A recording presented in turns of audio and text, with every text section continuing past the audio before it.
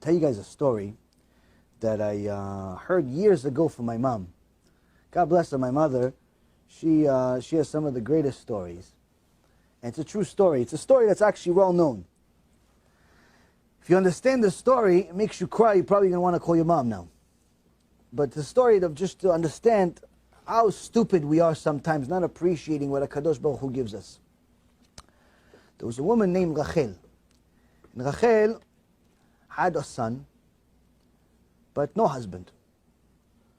She never told her son where his father went. So the kid grew up close to his mom. And when he went to kindergarten, she would come to his kindergarten to pick him up. And all the kids looked at his mom and goes, "That's your mom?" He goes, "Yeah." He goes, "Why does she have one eye? Where's the other eye?" And the kid said, "I don't know. It's my mom." "Hey, your mom has one eye." And they started making fun of him. The poor kid started crying, went home. "What happened, honey?" Ima. Kid grew up, went to first grade. She went to pick him up. She loved his son. That's all she has in the world is his son. And the kid came, and they went to the schoolyard. He's like, "Who's that?" She said, "Your mom?" He goes, "Yeah." He goes, "Oh, she has one eye." And he got made fun of, and the kid started crying. Ooh, embarrassed him. He grew up, went to high school. She came to pick him up. He goes, "Ima, please don't pick me up." "No, I want to see you, honey. I love you. I want to see you." Again, they made fun of him. Got to the army. "Ima, do me a favor. A couple of guys are coming over tonight. We're going to have a get-together. But do me a favor. Don't come out. Don't come out, Ima. Please, do me a favor. I got my friends." "Why, honey? I want to see your friends. I want to see who you spend all this time with in the army. And this and that." He goes, "Ima, please. You're embarrassing me. Please, Ima, I'm already big now. I'm not a little kid." Miskena, the Ima is like, "Okay. What's she going to do?" A whole life she sacrificed for this stupid kid. And "I'm embarrassing you." "Okay, beseder, no." So she hears talking, but then she hears a girl say her son's name. "Oh, I love you." She goes, "Oh, wow, maybe my son's getting mad. I want to meet her." So she comes out. Who said "I love you" to my son? She's excited. Somebody says "I love you" to my son. Everybody's shocked. Who's this woman? And the girl sees, "Who's that? Is that your mom?" The guy says, "Yeah." And the girl whispers to him. She goes, "Wow, she's scary. Scary looking." He says to her, "Don't worry. You're not going to see her anymore." After the party, he comes to his mom and he says, "You embarrassed me. I never want to see you again. I never want to see you again." Miskena di Ima toiled her whole life to raise this rotten kid, and he says, "I never want to see you again." And that's what he did. He left the house, he went back to his friends, found a girl, got married, had a few kids. Never went to see his mom. Years passed.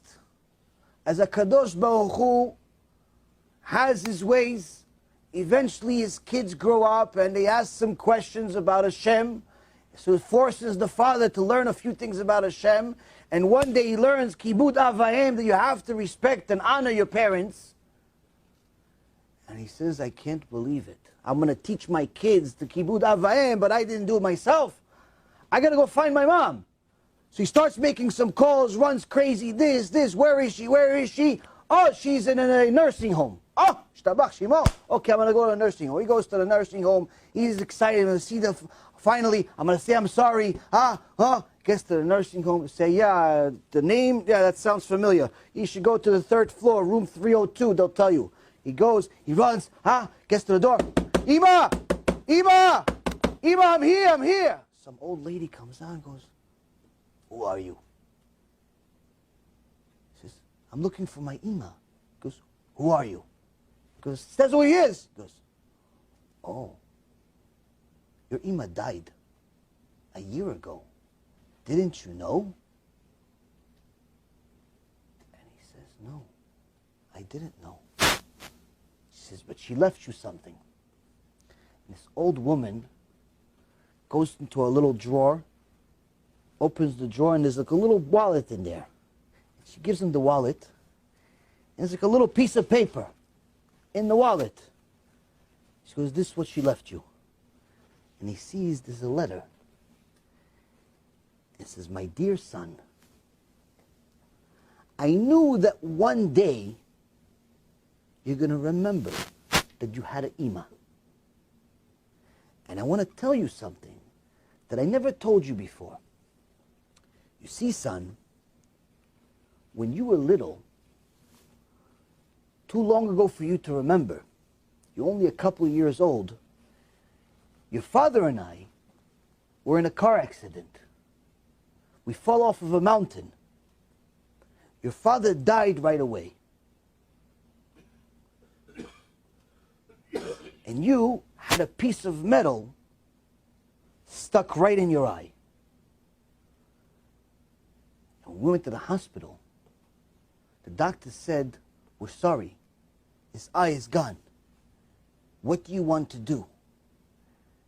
And I told him, give him my eye.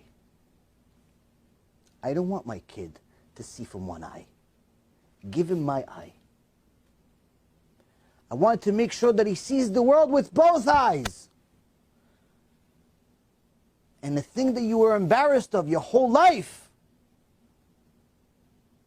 you were embarrassed of the eye that I gave you. Now tell me, when are you going to call your mom? It was too late for him. See, Rabotai, Torah is something you have to apply during your life. Kibud Avayim you have to apply during your life. Kibud Avayim doesn't only mean kibud of your father and your mother here. It also means your father up there. If you honor your father up there, you're going to honor your father and mother over here.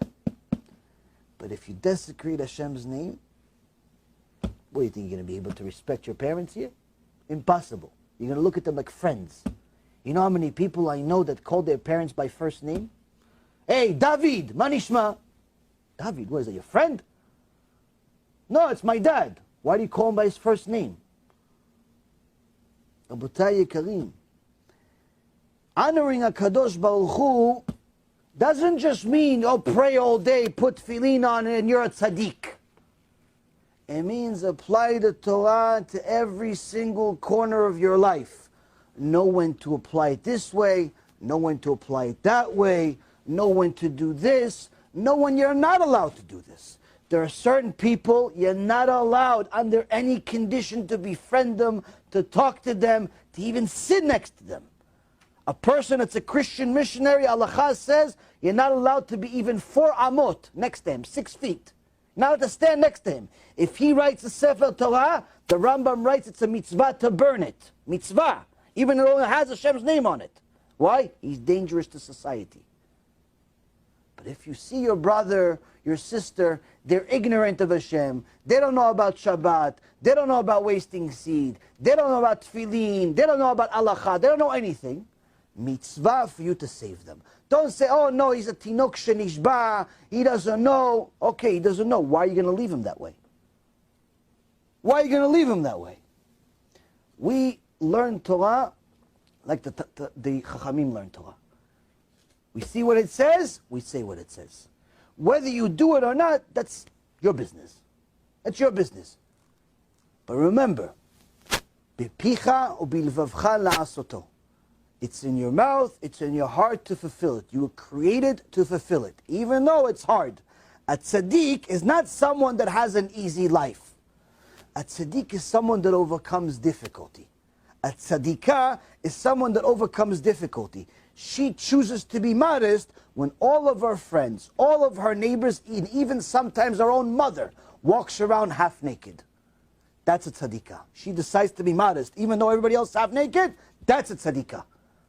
If she grew up in a religious family, and everybody wears clothes from head to toe, barely even see the face, well, okay, she wears the clothes, but that's not a big schut in Shamayim that she wears the same clothes as everybody else. She grew up that way. But somebody that decides to overcome the desire, they see that everybody around doesn't wear clothes, they leave the house, but the clothes stay home, and she decides, I'm going to be a modest under these conditions, that's tzadikah. A person that sees that he has an opportunity to steal money, He has $7 million on the table illegally. And he could take it, no one's ever going to know except Hashem. But he decides to say no. He sees all of his friends are cheating and lying and have unethical businesses. All of his friends have different ways to manipulate the government, cheat people, cheat this. And he has an opportunity to make money. But he says no. That's tzaddik. It's hard to say no, but that's what makes you tzaddik. Only